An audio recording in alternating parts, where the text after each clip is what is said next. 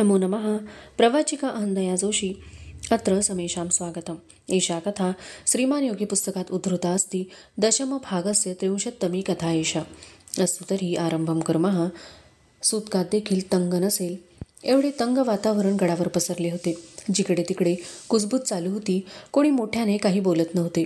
राजे महालातून बाहेर पडले नव्हते। गडावर येणारी प्रत्येक बातमी राजे ऐकत होते, पण काही बोलत नव्हते।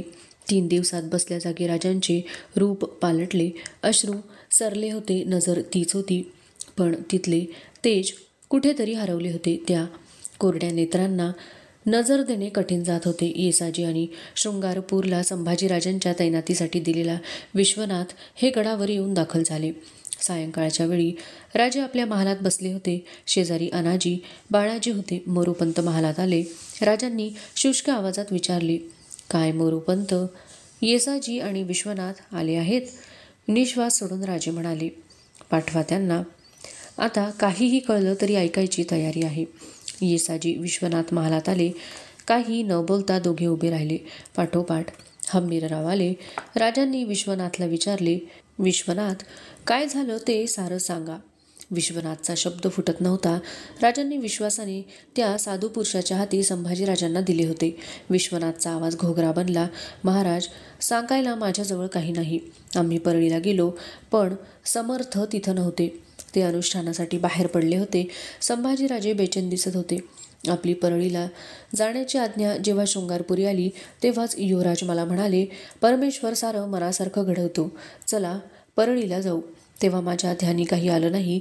समर्थ नाहीत हे पाहताच युवराजांनी माहुलीला पर्वणी साधायला जायचा बेत काढला। आम्ही माहुलीला गेलो। बरोबर मोजके स्वार होते। माहुलीला जाताच राजांचा बेत जाहीर झाला। आम्हा सर्वांचे डोळे पुरते उघडले, पण आम्ही काही करू शकत नव्हतो। आम्ही मिनतवारी केली, पण राजांनी ऐकलं नाही। इखलास खान युवराजांना नेण्यासाठी आला होता। संभाजीराजे डोळ्यांदेखत मोगलांना मिळाले आणि दिसेनासे झाले। माहुलीला पर्वणी साधतो म्हणून निघालेल्या युवराजांच्या मनात असं काही असेल असं स्वप्नातही वाटलं नव्हतं। राजे उद्वेगाने हसले, तुमचा दोष नाही विश्वनाथ। भावनेच्या एका लहरीत अधोगतीची पर्वणी किती लवकर साधता येते हे संभाजीनं दाखवून दिलं। विश्वनाथने सांगितले, महाराज, हे घडताच मी परळीला आलो। तिथून स्वार पाठवून दिले। येसाजी पातळीवर होतेच, ते चटकन आले। राजांनी येसाजींकडे पाहिले, महाराज, मी माझ्या स्वारांनिशी युवराजांचा पाठलाग केला, पण युवराजांना न्यायला आलेली फौज 4-5 हजारांची होती। अवघ्या 100 स्वारांचा टिकाव लागणं कठीण, त्यासाठी तातडीने माघारी आलो। बरं केलं येसाजी, एकानं एक अविचार केलाच होता। तुम्ही फौजेवर तुटून पडला असतात तर दुसरा अविचार घडला असता। चूक आमची आहे। आम्ही संभाजीच्या भरोशावर गाफील राहिलो। नजरबाजांची जाळी शृंगारपुराभोवती पेरली आणि आमच्याच आज्ञेनं संभाजीला अवसर मिळाला। त्यांनी परळीहून माहुली जवळ केली। तिथं ठरल्याप्रमाणे मोगल आले। संभाजीनं हातोहात फसवलं। हा बेत फार जुना पक्का ठरला असला पाहिजे। राजे हसले, पण हंबीरराव संभाजीनं आपले बोल खरे केले। शृंगारपूर सोडताना ते म्हणाले होते, आम्ही अशी करामत करून दाखवू की आबासाहेब तुम्ही देखील चकित व्हाल। चकितच काय, आम्ही थक्क झालो। महाराज, मी पन्हाळ्याला फौज गोळा करतो। हंबीरराव त्वेषाने पुढे झाले। दिलेर खानाची छावणी घोल खेळला आहे, ती सहज काबीज करता येईल। हंबीरराव, छावणी काबीज करता येईल, पण हरवलेला माणूस मिळवणं अधिक कठीण। दिलेर खानानं खासा डाव टाकला आहे, तो संभाजीराजांना फार जपेल। संभाजीराजांच्या स्वागताला 5000 स्वार येतात, ही का साधी गोष्ट आहे? आपण युवराजांना पत्र लिहिलं तर, अनाजींनी सुचवले। ते एवढं आमचं मानित असते तर हे वर्तन घडलं असतं, पण युवराजांना खामोश। राजे ओरडले। दुसऱ्याच क्षणी त्यांचा आवाज नरम झाला। संताप उफाळला की राजांचा आवाज घोगरा बने, अनाजी, कोण युवराज? कसले संभाजी? मोगली मनसबदार बनतील, यापुढं ते आमच्या राज्यावर चालूनही येतील। मोगली मनसबदार आमच्या राज्याचे युवराज कसे बनतील? यापुढं संभाजीराजांचा उल्लेख युवराज म्हणून करू नका, निदान आमच्या पुढं तरी तसं म्हणू नका। राजे उभे राहिले, ते पाठमोरे झाले। पाठीवर मागे परतविलेल्या मुठी वळत होत्या। तुम्ही आता जा। मुजरे करून सारे मागल्या पावली निघून गेले। महालात राजे एकटे उभे होते। अधुना दशमभागस्य 61मी कथा एषा। एकदा वाईट बातम्या यायला सुरुवात झाली की त्या पाठोपाठ येऊ लागतात. युवराज पळाले, मोगलांना मिळाले. या बातमीपाठोपाठ संभाजीराजे मोगली मनसबदार बनल्याची बातमी गडावर येऊन थडकली. संभाजीराजांच्या आगमनामुळे दिलेर खानास खूप आनंद झाला.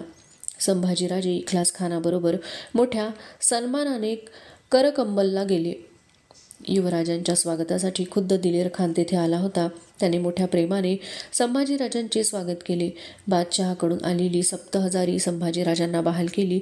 दिलेर खानाने अनेक महिने रचलेले कारस्थान फळाला आले. अखेरीस मराठ्यांचा युवराज मोगली 7,000 बनला. दिलेर खानाने एक हत्ती, अलंकार, वस्त्रे देऊन राजांचा नगार नौबतीत सन्मान केला. माहुलीला मोगलांना मिळण्यासाठी जात असता संभाजीराजांनी राजांना निरोप मागितला होता की तुम्ही आता परत जा आणि किल्लेदाराला आणि महाराजांना निरोप कळवा की मी मोगली सेनेत गेलो आहे, मी जात आहे. तो दिल्लींत्रांचं सैन्य अवगाहन करण्यात जात आहे. परत येईन तो सह्याद्री जिंकण्यासाठीच. त्या निरोपाने राजांच्या मनाला एक मोठा तडा गेला. गडावर येणाऱ्या एकेका बातमीने महाराजांचे मन पोखरले जात होते. मनाचा दाह वाढत होता. 2 प्रहरी गड विसावला होता. जगदीश्वर मंदिर आणि भवानी टोक यांच्या पठारावर अश्वशाळेत मोत्तद्दार शांतपणे झोपले होते. पिलखान्यात ऐरावत उभ्या जागी डुलत होता. त्याच्या डुलण्याबरोबर पायांच्या साखळ दंडांचा आवाज होत होता. इंद्र गवतावर पडून सुस्कारत होता. जमुना आपले कान फडकावीत ऐरावताकडे पाहत होती. पागीतली घोडी शांतपणे उभी होती. अधूनमधून घास खात होती, फुरफुरत होती. शेपट्या फडकावीत माशा उडवीत होती. घोड्यांच्या दाढेचा करकरणारा आवाज बागेत साथ धरून वावरत होता. गड उन्हात नाहत होता. सकाळच्या थंडीने थंडावलेल्या गडाला ऊब चढत होती. बागेतल्या घोड्यांचे कान अचानक टवकारले गेले. टपोरे डोळे कावरे-बावरे बनले. भीतीची लव त्या तुकतुकीत अंगांवरून शहारत गेली. घोड्यांची फुरफुर वाढली. एक घोडे जोराने खिंकाळले. झोपलेले मोत्तद्दार जागे झाले. त्या अंबूस वासाने दरवळणाऱ्या बागेत बेचैन घोडी उभ्या जागी पाय नाचवीत होती. मोत्तद्दारांना काही समजेना. तोच त्यांच्या कानांवर आवाज आला. मोत्तद्दार बाहेर धावले. जगदीश्वराच्या टेकडावर गजेंद्र मोठ्याने चित्कारीत उभा होता. त्याची शेपटी ताठ झाली होती. कान करण्यासारखे बनले होते. सोंड उंचावून तो वास घेत होता, ओरडत होता. मागून माहुतांचा आवाज उठत होता. ते दृश्य पाहत असलेल्या मोत्तद्दारांनी मागे पाहिले. बागेतून घोडी बाहेर पडत होती. खिंकाळत, लाथा मारीत ती वाट फुटेल तिकडे धावत होती. बागेतल्या कुत्र्यांची शेपटी पायात आली होती. कान पडले होते. उभ्या जागी ती कणत होती. एकदम त्यांनी मान वर केली. काही अंतर ती पळत गेली आणि उभे राहून आकाशाकडे तोंड करून आर्त सुरात ओरडू लागली. गडावर एकच धावपळ सुरू झाली. काय घडते आहे हे कोणालाच कळत नव्हते. ऐरावत सुटल्याचे कळताच राजे कातळावर आले. गडावर उधळणारी घोडी, धावणारे हत्ती, भीतीने आडवी तिडवी धावणारी माणसे, गडावर एकच कल्लोळ माजला होता. आणि त्याचवेळी राजांना आपल्या पायांखालची जमीन हलत असल्याचा भास झाला. राजांच्या बरोबर असलेले हंबीरराव, बाळाजी या मंडळींची तीच अवस्था झाली होती. राजे चकित झाले आणि त्याचवेळी समोरच्या पेठेतून माणसे सैरावैरा धावू लागली. आवाज न येताही कुठेतरी ढगांची गुरगुर व्हावी तसा भास होत होता. राजे मटकन कातळावर बसली. काही क्षण सारी पृथ्वी हल्ल्याचे जाणवत होते. काही क्षण गेले आणि परत सारे शांत झाले. धरणीकंपाच्या अनोळखी अनुभवाने भ्यालेली मने स्थिरावली. धावणारी जनावरे एकदम शांत उभी राहिली. घराघरातून भांड्यांच्या उतरंडी कोसळल्या होत्या. देव्हाऱ्यातले देव एकमेकांवर कोसळले होते. गड स्थिर स्थावर व्हायला घटका मोडली. बाळाजी राजांना म्हणाले, महाराज, धरणीकंप झाला. राजे बाळाजींना म्हणाले, धरणीकंप? हा बाळाजी, एवढंच व्हायचं शिल्लक राहिलं होतं. अधुना दशमभागस्य द्वात्रिंशत्तमी कथा एषा. संभाजीराजांच्या धक्क्यातून राजे 15-20 दिवसात सावरले. त्यांनी संभाजीराजांचा विचार मनातून काढून टाकला. राजे सत्रेवर येतात, कामकाजात लक्ष घालतात हे पाहून गडावरील सर्वांना बरे वाटले.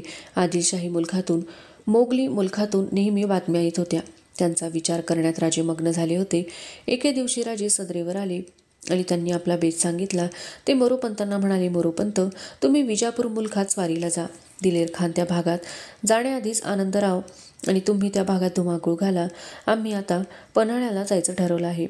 हंबीरराव आणि आम्ही पन्हाळ्याला फौजेनिशी तयार राहू. आदिलशाही किंवा मोगलाई यांच्या हालचालींवर तिथून लक्ष देणं सोपं जाईल. संभाजीराजे मोगलांना मिळाल्यामुळे दिलेर खानाचं बळ वाढलं आहे. तो कोणती चाल करतो हे बारीक नजरेनं पाहायला हवं. राजांच्या स्वारींची तयारी सुरू झाली. पन्हाळ्याच्या रोखाने राजांची अश्वपथके धावू लागली. मोरोपंतांनी आपली फौज गोळा केली.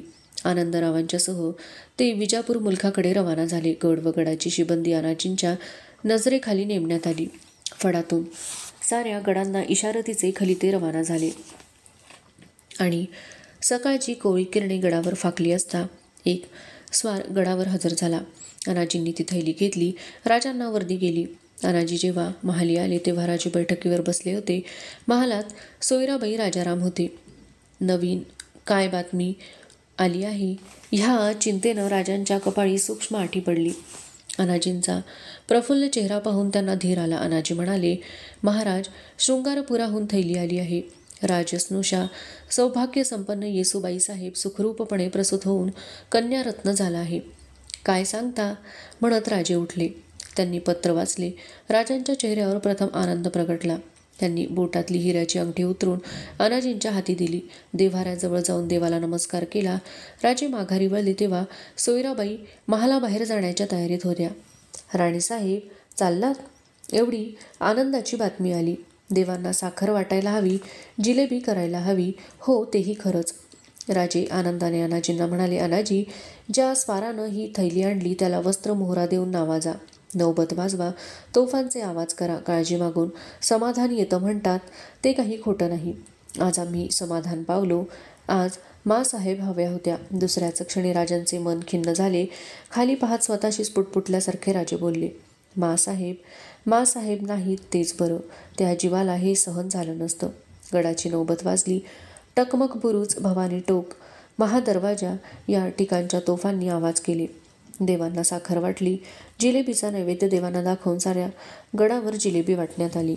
राजांचा पन्हाळ्याचा बेत पक्का झाला होता, पण या बातमीमुळे राजांनी आपला बेत थोडासा बदलला. सरळ पन्हाळ्याला न गाठता शृंगारपूरला जाऊन नंतर पन्हाळा गाठावा असे त्यांनी ठरवले. सोयराबाईंना राजांचा बेत कळला तेव्हा त्यांनी विचारले, आपण शृंगारपूरला जाणार? हो, जायलाच हवं. आमच्या नातीला बघायला नको? एवढं झालं तरी नातीचं कौतुक सरत नाही. सोयराबाई बोलून गेल्या. संभाजीराजांनी केलं म्हणून त्या नवजात अर्भकाचा येसूचा काय दोष? तिची फूस असल्याखेरीज काही झालं असेल? मला सांगू नका. कोणाच्या ताब्यात संभाजीराजे नसले तरी येसूच्या ताब्यात ते नक्की आहेत. हां, एवढा संसार करून पुरुषाचं मन तुम्हाला कळलं नाही? राणीसाहेब, आमच्या सल्ल्यानं धाकट्या राणीसाहेब गडाखाली गेल्या नाहीत. सोयराबाईंना काही उत्तर सुचले नाही. त्याच संतापात त्या निघून गेल्या. राजांच्या हसण्याचा आवाज त्यांच्या कानांवर रेंगाळत होता. अवशिष्टा कथा अग्रिमे भागे पठिष्यते. अस्तु तर्हि पुनर्मिलामः. तावन् मंगलं भूयात्, शुभं भूयात्. नमो नमः. धन्यवाद.